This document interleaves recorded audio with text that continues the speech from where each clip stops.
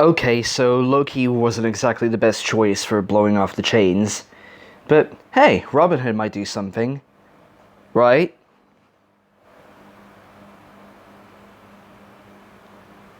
Robin Hood did nothing. His bow remained in place.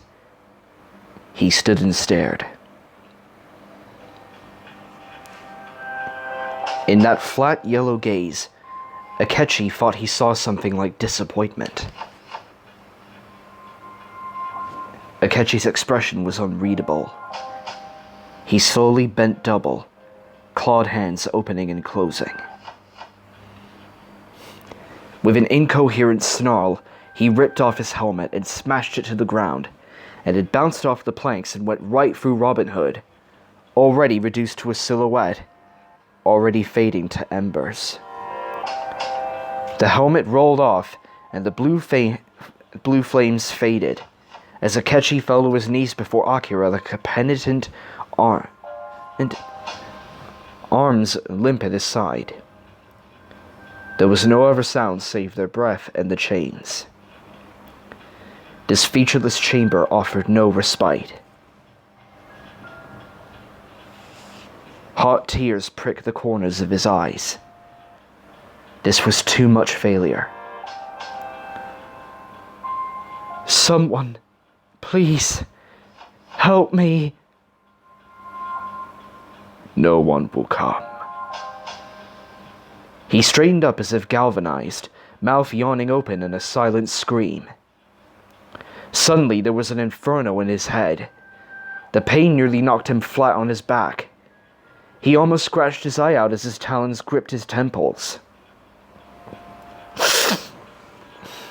Ah, so you can hear me. It has been some time, vacant one. That flight and faintly bemused voice, the agony in his head and that distant bobbing light. Except it wasn't so distant anymore, and somehow more solid, coherent. He could make out edges. He saw a shape to it. It looked like a coin, flipping endlessly in end over end. It is unseemly to assign blame to one's masks. By no one's will save your own that did you arrive at this place. Time and again you have sought to go on, knowing your existence would only end in ruin. The choice before you is the only choice there has ever been. Heads or tails, black or white. Die and find peace, or live and continue to suffer.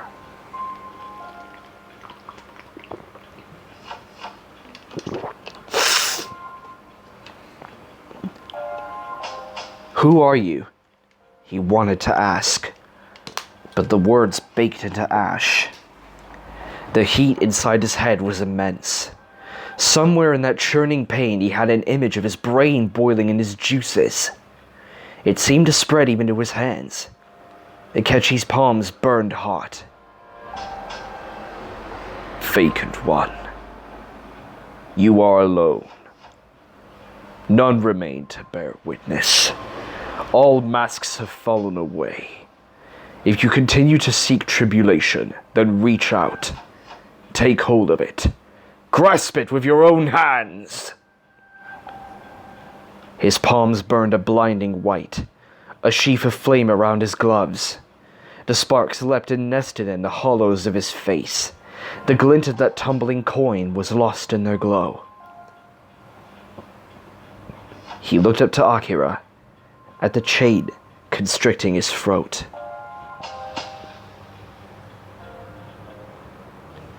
Numbly, carefully, Akechi stood up and slipped his burning hand into the narrow gap between the seat's back and its single chain. That chill pierced right through the flames. It made him shake all over. He grit his teeth, took a deep breath, and grabbed on tight. The pain roared up his arm and turned his spine into a molten iron bar. He went ramrod stiff, head thrown back, the cords on his neck bulging like a relief map. The metal had come alive in his hand. It crawled like a nest of vicious biting insects, and when he started to pull, the pain only intensified. A chill that went past numbness and through the other side, so that every nerve ending across the entirety of his skin screamed. And he... Lola! Sorry about that, everyone. And he screamed too. He squeezed his eyes shut and howled into the cracked and splintered ceiling of the room as the chain pulled taut and the metal creaked and the links around his hand burned blue. And just when he thought his mind would simply crack and send him tumbling into unconsciousness alongside Akira, there was a snap and a tinkling sound that was almost festive, like sleigh bells, and Akechi reeled back, clutching his wrist, as the shattered chain links clouded across Akira's sleeping form and flaked away to rust before his eyes.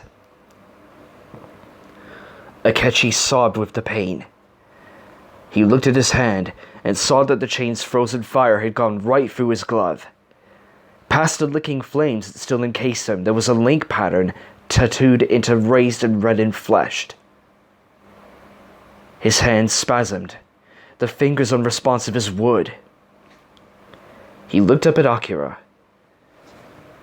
up at Akira. His eyes were still closed, but he now breathed a little easier. Akechi's jaw set firm. He staggered back over to Akira. Okay. He reached out with his other hand. That's one down.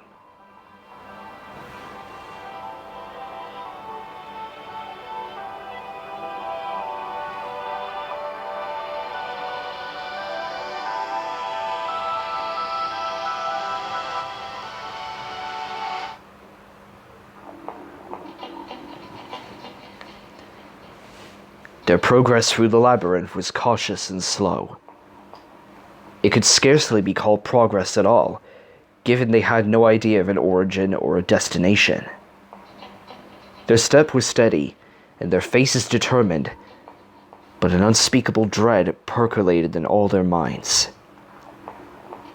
There weren't even shadows to give them respite from this anxiety. Futaba's scans brought up enemy activity suffusing the entire palace, with especially heavy concentrations right on top of their location. But no shadows could be seen in any shape. They nevertheless had the constant feeling of being watched.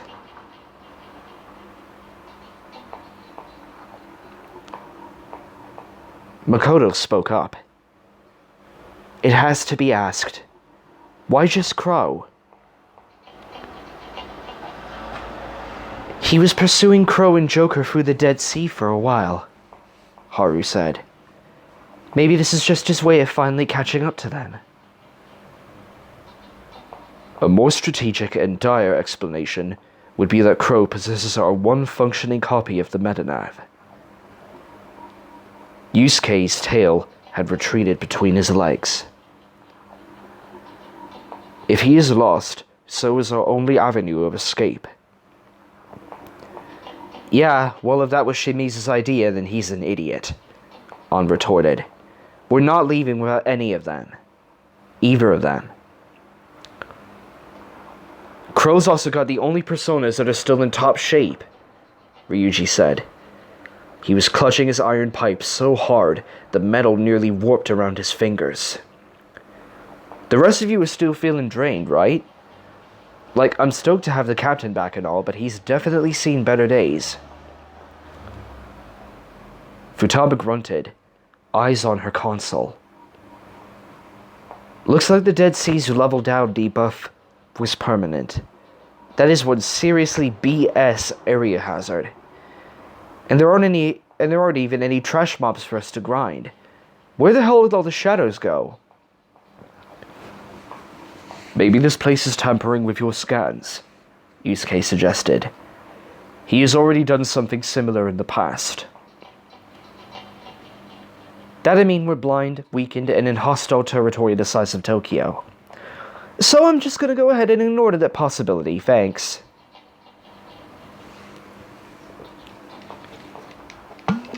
The corridors around them creaked and settled. Knot holes like embryos, fissures in the wood like dried skin. Between those cracks was nothing but darkness. Claustrophobia plucked its fingers across all their nerves, but as one, they knew that they couldn't crack, couldn't shout, couldn't announce the truth of their predicament. Even Ryuji was pale and tight-faced and silent. They were sealed tight within the stillborn decrepitude of Seki Shimizu's cognition, and if someone's nerve cracked, it would cascade across all of them until they went mad.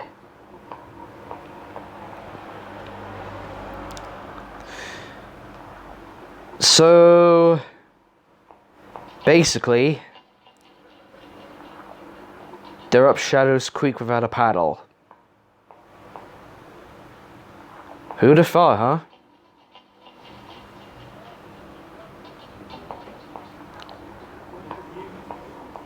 They felt eyes on them.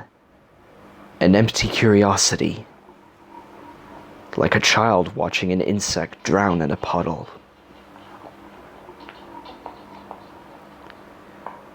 Anyone think of just busting through these walls? Ryuji said suddenly. Draw a straight line right through the maze, that's the kind of thing. By all means try, Makoto replied. I'm right behind you. Ryuji nodded and gripped his pipe. The captain's gonna put a little oomph behind this one.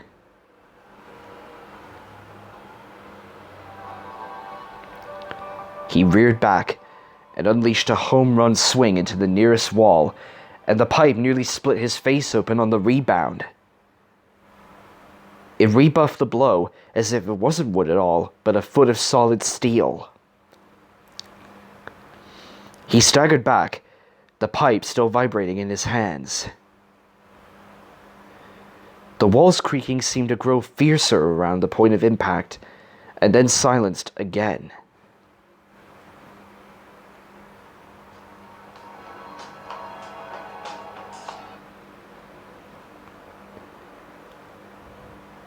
Didn't work, he said simply.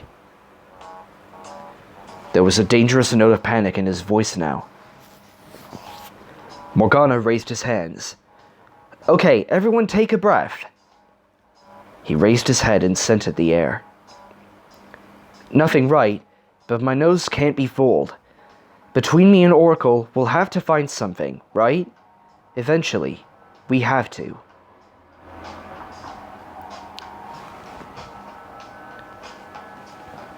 Time warped like putty. They'd been here for hours or for days. The sterile repetition eroded them. Their communication smothered by their mutual dread. Several of the more calculating thieves saw the brilliance of this strategy. Through their strength alone, they had struck down a god, and so time and again, Shimizu had sought to place them in situations where raw power would serve them little.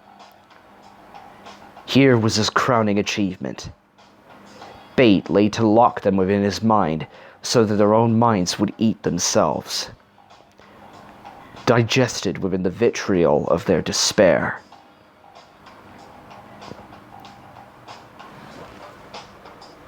And then, when Futaba cried out, they nearly suffered a collective coronary from the shock. Her console had burst into fuzz that helixed about her like a swarm of fireflies, and then coalesced back into that maddened snarl of hallways. With one key difference. Somewhere deep in the belly of that map was a beacon. Something new in the palace, bright as a flame. Makoto turned on her heel. Oracle, report! It's a persona, and it's intense. Joker firing on all cylinders didn't set Necronomicon off like this, but this one doesn't feel like Crow or Joker. I mean, hard to tell, but... Iago, then? Not him, either. That creepy bastard leaves a bad taste in my brain. Her hands played frantically over the console. It's way the hell away from us, too. But it's something. The walls groaned. I can smell it, said Morgana. Like a rush of fresh air. Oracle, can you plot a course to it? This place is a damn puzzle box, but I can get us started at least. She pointed at a nearby fork in the hall.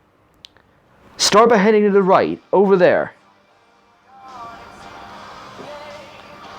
Ignore the Pepsi-Cola advert, guys. That's what I wanted. Immediately, the walls distended and stretched with a sickening teary fluidity. The darkness behind the plank swarmed as the right-hand fork was closed off. Seconds later, there was nothing but another bare wall. On Futaba's map, the corridors rearranged themselves around them. Ryuji spat. Well, we know they don't want us going any further. We may have found the shadows, Yusuke mused. How's that? In every palace, the shadows take the form of individuals performing menial tasks. Guardsmen, waiters, and so on. We are in a theater, degraded as it may be.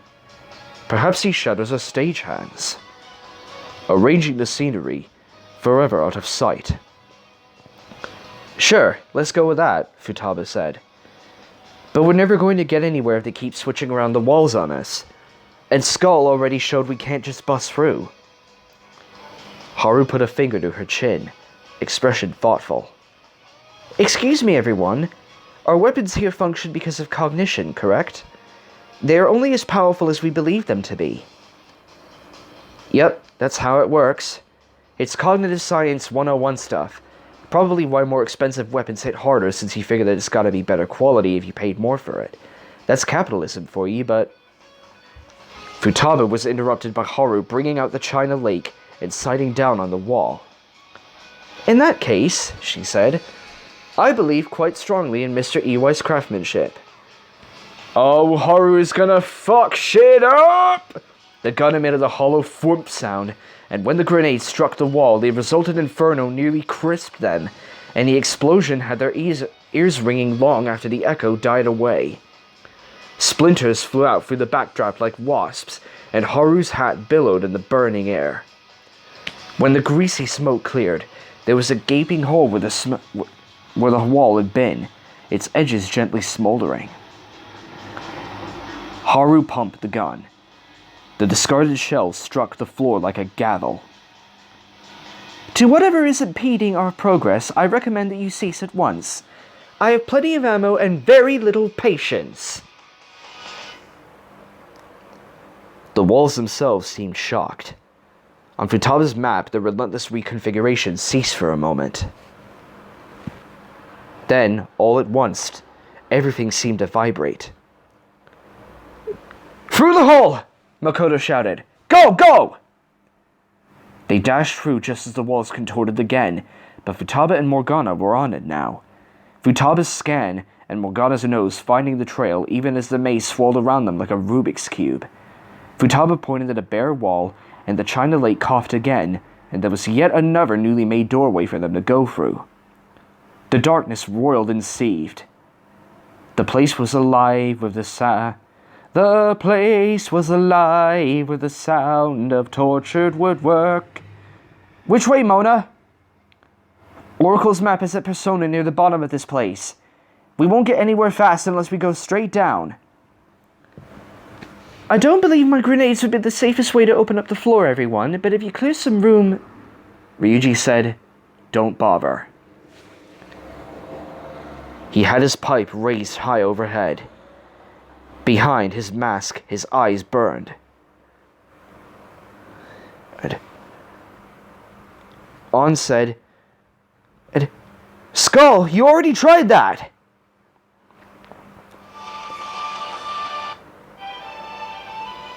Then I've just gotta try harder! The pipe smashed into the floorboards. and when the planks cracked, they thought they heard a distant howling from somewhere between the walls. Ryuji struck the ground again and again until it finally cratered and broke open, exposing yet another hole underneath. Ain't no reason Noir should have all the fun. I don't give a shit how tough this place is. You stick Joker on the other end, and I'm gonna rip it apart! They jumped down before the hole closed up. Around them, the musty air began to mutter. If they had strained to hear, they would have made out the words, but they had better things to do. They built up momentum and tore through the maze as the walls faltered and the corridors struggled to entrap them again. Wrong, came the sound from nowhere at all. It's wrong, it's wrong, it's wrong, it's wrong. This wall here, just to our left. My turn. Light him up, Carmen! It's wrong, it's wrong, it's wrong, it's wrong, it's wrong. Down again, then to the right. Keep moving, this place is going nuts. Johanna, show them our rage. Get out here and bring down the house, Captain. Wrong, it's wrong, it's wrong, it's wrong, it's wrong, it's wrong, it's wrong, it's wrong. Everyone kindly duck or your eyebrows might burn off. We shall carve our own way through this feeble trap. Goemon! We're closing in, but the labyrinth's going totally berserk. Get ready to change targets at a moment's notice. That set's just getting more intense. We can do this, guys. It's wrong, it's wrong, it's wrong, it's wrong, it's wrong, it's wrong, it's wrong, it's wrong! And then they finally noticed it. Those words without emotion or intonation. Bare syllables ever growing in volume and emerging from everywhere at once. And as they stood in this latest stretch of dusty and desolate wood, the mantra bled into itself and became a long drone of mindless sound interrupted, at last, by the entire floor ripping itself out from under them. They fell screaming. The next floor was torn away, and the next, and then the next. A fusillade of planks splitting and separating with all the ease of bamboo doors until the ground beneath them was barely visible in the dingy dark. If they hit the floor like this, then their remains would paint the walls. The air rushed around their ears and melded with a mad mantra from everywhere in places unseen. Morgana twisted in the air and called out to Ryuji. Skull! Grab me and throw me at the ground! Don't ask questions, just do it! He didn't ask questions. He scuffed Morgana and hurled him like a shot put down to the unrushing floor. And Morgana twisted up again so that he faced the falling thieves. Flames licking the periphery of his bandit's mask. Those overlarge eyes burning like pilot lights. Brace yourselves, everyone! Zoro! With a sound like an incoming freight train, a great gale whipped up from below and struck the Phantom Thieves, buoying up with its pressure. Morgana's slight body was sent rocketing in the updraft, and Haru had to clamp her hands atop her head to rescue her hat. The wind slowed their descent for all of them to safely land, albeit in different ways. Gracefully, Makoto, Morgana, and Yusuke, all of whom touched ground with barely a hair out of place. Clumsily, Haru, An, and Futaba, who staggered a bit before they caught themselves or were righted by their companions. And faceplant, Ryuji. Oracle, said Makoto, as Ryuji groaned and pulled his head out of the floor. What's our status? Closer than ever. I guess they were really expecting that trick to splatter us. Is that so? Makoto raised her hands high and scraped her knuckle dusters across each other. The metal sparked, and then wreathed her fists in Johanna's azure flame. Morgana mutely pointed at a nearby wall, keeping his distance. Makoto advanced. The wood creaked, but feebly. The palace itself seemed exhausted. It's wrong. Makoto gave her answer as a wordless roar and smashed her fists into the planks. The wall burst apart in a cloud of smoking splinters. So did both the walls behind it, the shock wave from her blow shredding the labyrinth like tissue. Let's move. She stomped off into the dark. The others followed behind her as the palace moaned around them. Forget Fist of Justice, that was a Delaware-Detroit smash!